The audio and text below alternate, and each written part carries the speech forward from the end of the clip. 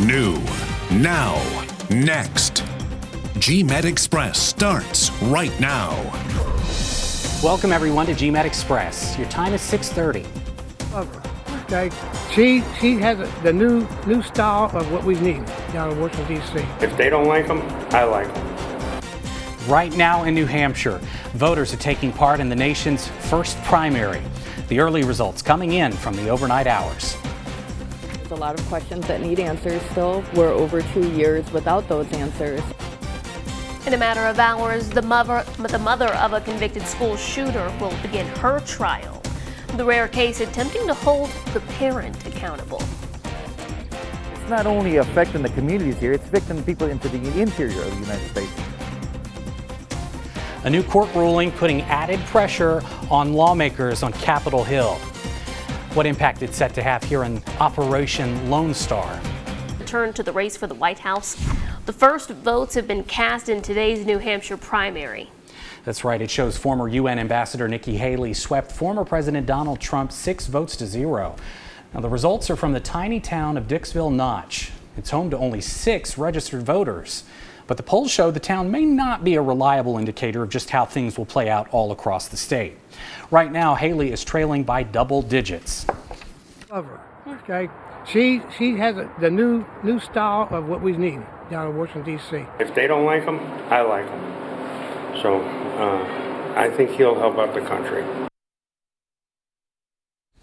Now, Haley says whether she wins or loses in New Hampshire, it will not be game over. The primary in South Carolina is next month. That, of course, is Haley's home state. But the polls there show the former president is actually leading by more than 30 points. Meantime, the New Hampshire primary and the Attorney General's office is investigating reports of a fake robocall. It's reportedly using artificial intelligence to mimic President Biden. The call apparently advises people in the state to not vote in the primary. The White House says the call was not recorded by the president. Well, happening overseas, we're learning 5 people are dead and at least 40 others are hurt in an attack in Ukraine just from hours ago. Here are new pictures from the country's capital city of Kyiv. Ukraine's Minister of Internal Affairs says Russian forces hit 2 high-rise buildings as well as a home. Meantime, in another major city there, 2 other high-rise buildings were hit in a separate attack. Officials say police are on the scene to document their findings. Now, back stateside and in the courtroom, the trial starts today for a former pro hockey player accused of sexual assault in East Texas County. 43-year-old Mike Ribeiro was indicted back in 2022 on sexual assault charges involving 3 women in Franklin County. He's accused of sexually assaulting 2 women there back in June 2021 and intending to assault another. Ribeiro played hockey for 17 seasons with organizations like the Dallas Stars and the Nashville Predators. If he's convicted, he faces anywhere from probation to 20 years in prison. Also today, jury selection begins in a trial stemming from a deadly school shooting. But it's not the shooter on trial. Instead, it's his mom. Jennifer Crumbly and her husband are charged with involuntary manslaughter. Now, it comes after their son Ethan opened fire at his high school in Oxford, Michigan in 2021. The parents are accused of buying the handgun that was used in the attack and for ignoring Ethan's pleas for help related to mental health concerns. The trial is attempting to hold the parent of a school shooter criminally accountable. Second layer of accountability is absolutely 100% the parents. I hope that this case is precedent setting. Perhaps that will go a small amount of way, if not a big amount of way, into preventing something like this.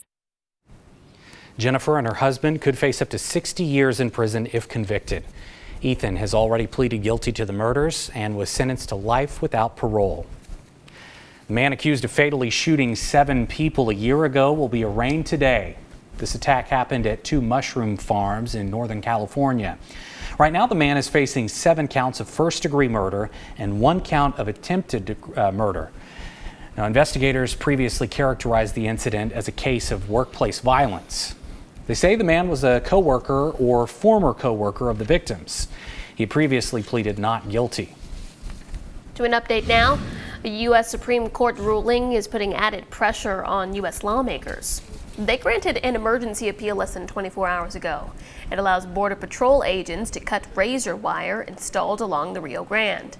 It comes as the Biden administration is suing Texas to stop its border efforts. They argue immigration is a federal matter. America's national security begins with securing and maintaining our borders. Now, right now, Senate negotiators are working on a border security bill, but they say one issue is just how to pay for it. All right, check this out. A man using his passion for trees to help furry friends. Stephen Murrow is the owner of Tesla Tree Service. The name, of course, refers to all of his equipment fitting inside his Tesla. In his free time, he helps save cats stuck in trees, free of charge. The hobby started when a friend reached out and asked if he can help save a cat. His services brought 39 cats to safety out of all those tall trees last year. It looks like he has fun doing it, too. I didn't realize it happens that often, like in real life. You know what they call that rope? Feline. Get him out of here. Get him out of here. It's needed after today. If we didn't need the information you're about to deliver about the rainy commute we have, we would just stop talking to you. And that's how I get you. My boots are dug in and you can't take me anywhere. No, in all seriousness, we got a lot of nonsense Mother Nature's throwing. Thankfully, a different round of nonsense from last week. We had sub-freezing temperatures for 80+ hours last week and snow and ice. This time around, though, we do have some flooding threats in East Texas, and that continues not only for today, but for tomorrow into Thursday morning as well. A lot of rain to talk about, the details and potential impacts to you coming up. New, now, next. GMed Express starts right now. Welcome to GMed Express. Your time is 6:30. Talked to former President Trump about this issue at length, and he understands that. He understands that we have a responsibility to do here. In a matter of hours, House Speaker Mike Johnson will speak on the now dead border deal. The announcement now having some Republican leaders feeling stuck. I don't think we need a wider war in the Middle East. That's not what I'm looking for. The U.S. is promising to fight back after 3 American troops are killed overseas. The details of President Joe Biden's retaliation plan. Leftover chicken, scallops, cheese. What do I make with this? Anyhow, Hellman. While many people will be tuning in to watch the Super Bowl, others might be watching for a different reason. The star-studded commercials set to make their debut in just a matter of weeks. Well, happening today, House Speaker Mike Johnson will give an extended border speech. It comes after a bipartisan border deal was declared dead less than 24 hours ago. This announcement now has Republican leaders feeling stuck. Right now, some are refusing to support any border legislation that doesn't meet all their demands. They argue President Joe Biden should use more executive actions to address immigration. But the president says he's done all he can without Congress. We got to do everything we can to try and fix it. And if we can't get there, fine. But if we don't try, then shame on us. Bipartisanship is the only way that action on the border is going to happen. Johnson has said Republicans don't want to address other issues before passing this border legislation. Texas Senator John Cornyn says it's unclear if that will change. Lawmakers on the Hill are also moving forward in efforts to impeach the Secretary of Homeland Security. A House committee approved an impeachment resolution against Alejandro Mayorkas yesterday. Republicans say it's over his handling of the crisis at the U.S.-Mexico border. But Democrats argue the impeachment shouldn't happen in the middle of negotiations over the immigration bill. Secretary Mayorkas' actions have forced our hand. We cannot allow this border crisis to continue. We cannot allow fentanyl to flood across our border, our criminals to waltz in undeterred. And we cannot allow a cabinet secretary with no regard for the separation of powers or the rule of law to remain in office. The next step is for the full House to vote on the articles of impeachment, but a date has not been set. If the full House passes these articles, Mayorkas would become the first cabinet secretary to be impeached in nearly 150 years. Well, the president is vowing to retaliate against Iran-backed militants. The U.S. says they are responsible for launching a drone strike that killed 3 American soldiers in Jordan. Right now, details for the retaliation remain unclear. This includes where and when it'll happen and how hard a response may be. U.S. officials say the strike is expected to hit multiple targets over several days. The U.S. president, or rather the president, says the decision was made after the Pentagon gave him multiple options. Do hold them responsible in the sense that they're supplying the weapons to the people who did it. We certainly don't want to warn Iran. This is a very dangerous situation that has spread beyond Gaza already. The families of the soldiers killed in the attack will be at Dover Air Force Base in Delaware on Friday. That's when the bodies of their loved ones return to the U.S. The White House says President Biden will also attend. All right, 6:34 now in the courtroom today. More testimony in 2 East Texas jury trials. First in Tyler, day 3 of the trial of a Smith County man accused in the death of a man tied to a wheelchair. This is the second time Ezell Thompson will face justice in this case. A hung jury forced a mistrial in December. Thompson is charged with causing bodily injury to an elderly person and tampering with evidence. This is for a 2021 incident at Briarcliff Memory Care Center in Tyler. And in Franklin County, the trial of a former Dallas Stars hockey player continues. Mike Ribeiro is accused of sexually assaulting multiple women in 2021.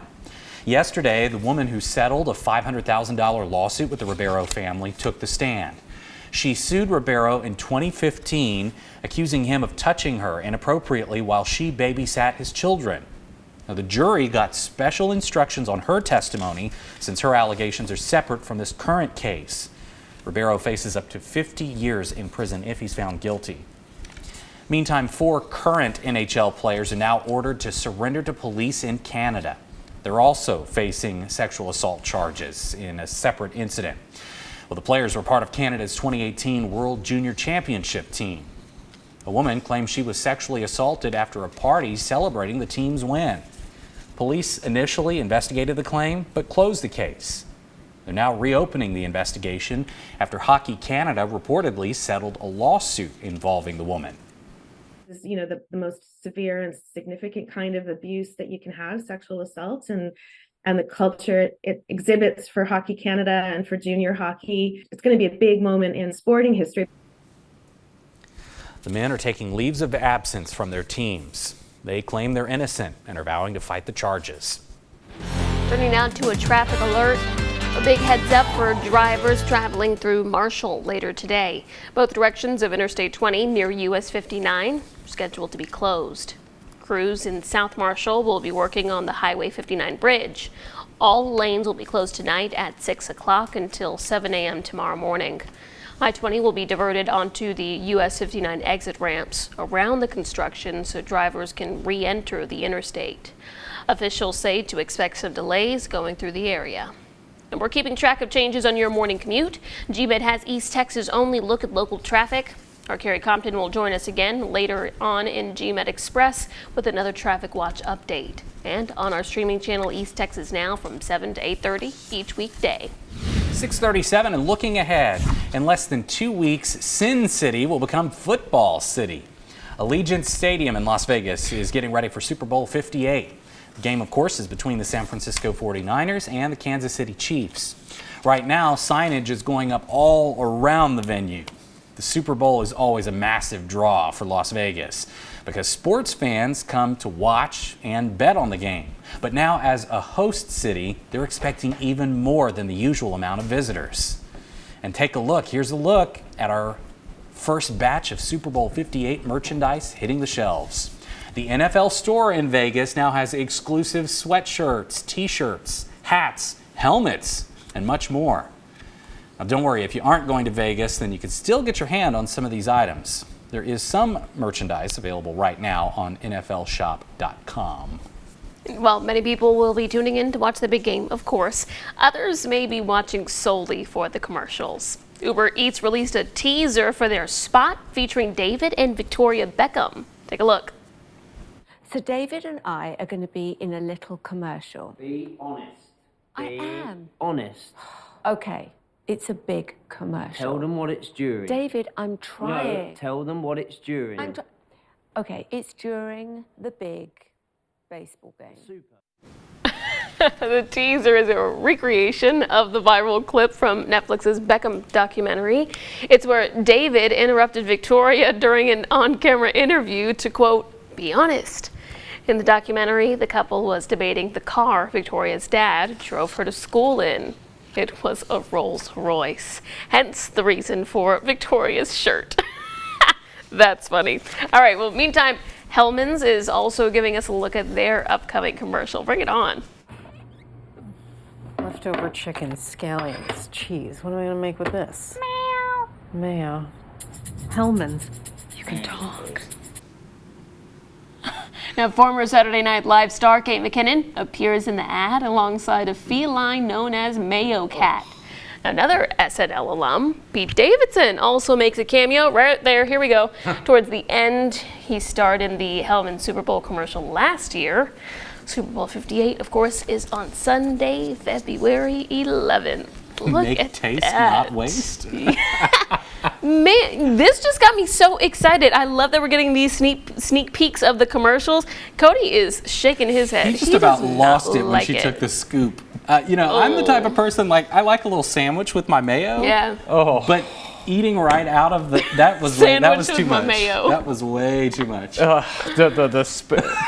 Oh, I love these commercials though. Like, that's so much fun. And I saw somewhere that, you know, all of this, the Swifties becoming football fans, that's really kind of helping dads and daughters bond, you know? And so it's whatever you like about game day that gets you to the table, you know, it can be fun for everybody. Yeah. I love it. Expected to have huge ratings. The commercials always a draw. So if you're actually watching the game this year and watching the commercials, like, what do? You never get to leave the couch, go to the bathroom, go to the kitchen. You're stuck. Hopefully you got TiVo or something. Maybe you can pause it. But yeah, no, it'll be a fun one for sure. Yeah, definitely. Without the mayo. Hoping for some good weather though. Maybe we can all go play some football outside. At least with the weather, the way the weather is right now, it's beautiful. Right. Yeah, hopefully we can just keep this current trend going because man, oh man, is it so fantastic. Better than a spoonful of mayo, that's for sure. Sunshine today, a little bit of sunshine tomorrow, but rain will arrive by this weekend. We'll talk about it all coming up, so stick around. Two lawmakers are trying to get billions in opioid settlement money into the right hands. They're doing so by introducing the so-called Opioid Settlement Accountability Act. The bill ensures money goes to recovery, treatment, education, and first responders. Right now, pharmaceutical companies found responsible for the opioid crisis are being cornered to pay billions in settlements over the next 18 years. And that cash is being funneled to state and local governments. But the lawmakers say the solution is turning into a problem. Some of these settlement dollars going to, for instance, help supplement a city's municipal budget, or even buy, we have one really egregious example where they bought a litter truck using those dollars. Those dollars should be going to go help families and keep people from getting hooked on these opioids. The bill now heads to the House Energy and Commerce Committees. Both sponsors say they expect bipartisan support. Also on Capitol Hill, a Senate committee wants to subpoena 3 pharmaceutical CEOs. The lawmakers are trying to get the leaders of Merck, Johnson & Johnson, and Bristol-Myers Squibb to testify about prescription drug costs. The plan was announced less than 24 hours ago. These companies were chosen because some of their most popular drugs cost thousands more here in the U.S. versus overseas. They have told us that the CEOs of Johnson & Johnson and Merck just don't have the expertise necessary to tell us why they charge so much more for their medicine here than abroad. CEOs of the company don't have their expertise, really. So far, only Bristol-Myers Squibb agreed to voluntarily testify. The committee will vote on the subpoenas January 31st. Well, a Texas A&M professor is helping research a new way to kill cancer. Right now, he's looking into how tiny versions of jackhammers could be an answer. He says so-called molecular jackhammers are designed to be able to shatter the cancer cell itself. They are able to actually disturb, to destroy, it's like the name say, the hammering, the surface of a cell. The research study has only been done in vitro and on mice. The study could move on to human trials in the next 5 years or so. All right, 6:26. The FTC is sending a warning to over 3 dozen funeral homes this morning. The thousands of dollars in penalties they could face if they don't comply with the so-called funeral rule. Plus, the mom of a convicted school shooter will face a judge for a second day. Witness testimony to continue in the trial of Jennifer Crumby. That's next on GMED Express. All right, now to what's trending in business. It's time for your Morning Minute. Well over 500,000 beds are being recalled from Home Design Inc. They reportedly pose a collapsing or breaking risk while it's in use. The India-based wholesaler says it's received more than 100 incidents of collapsing beds with dozens of related injuries. Most of the beds were sold here in the U.S., with roughly 55,000 in Canada. And the FAA is expanding the list of jets that should be inspected. It comes after an emergency door blew out mid-flight on an Alaska Airlines plane. That led to the grounding of the Boeing 737 MAX 9 planes. And regulators now say other 737s that use the same door plug design should also be inspected. And Wayfair is laying off 1,600 employees. They've reportedly been struggling to rebound following its success amid pandemic lockdowns. That's when homebound shoppers ordered items like furniture and desks online. And the affected workers will be offered severance packages. And Applebee's is trying to make date night cheaper. Check it out. The restaurant chain is selling subscription date night passes for $200. It would cover about a year's worth of weekly date nights. The pass goes on sale today on the chain's website. Okay. And that's what's new this morning, all in a minute. Stick with us. We'll be right back with more GMED Express. So much, Michaela. Here's some of the morning's top stories before you walk out the door. It's 7 things to know before you go. Florida Governor Ron DeSantis is suspending his campaign for president. He's now endorsing former President Donald Trump. And the former president is expected to appear in court today. It's regarding his second defamation trial involving writer E. Jean Carroll. The verdict could happen as soon as this week. Texas Attorney General Ken Paxton will testify under oath next month. It's in the whistleblower case against him. Paxton, along with 3 other witnesses, will appear for depositions. Today is the 51st anniversary of the now overturned Roe v. Wade Supreme Court decision. Vice President Kamala Harris will be in Wisconsin to kick off a reproductive rights tour. The amount of respiratory illnesses reported across the country are dropping, but the CDC is warning levels are still elevated, with highest activity here in the South. U.S. Secretary of State Antony Blinken is in Cape Verde this morning. He's beginning a 4-nation tour across Africa. White House native Patrick Mahomes and the Kansas City Chiefs are moving on in the NFL playoffs. They'll play their 6th consecutive AFC Championship game Sunday against the Baltimore Ravens.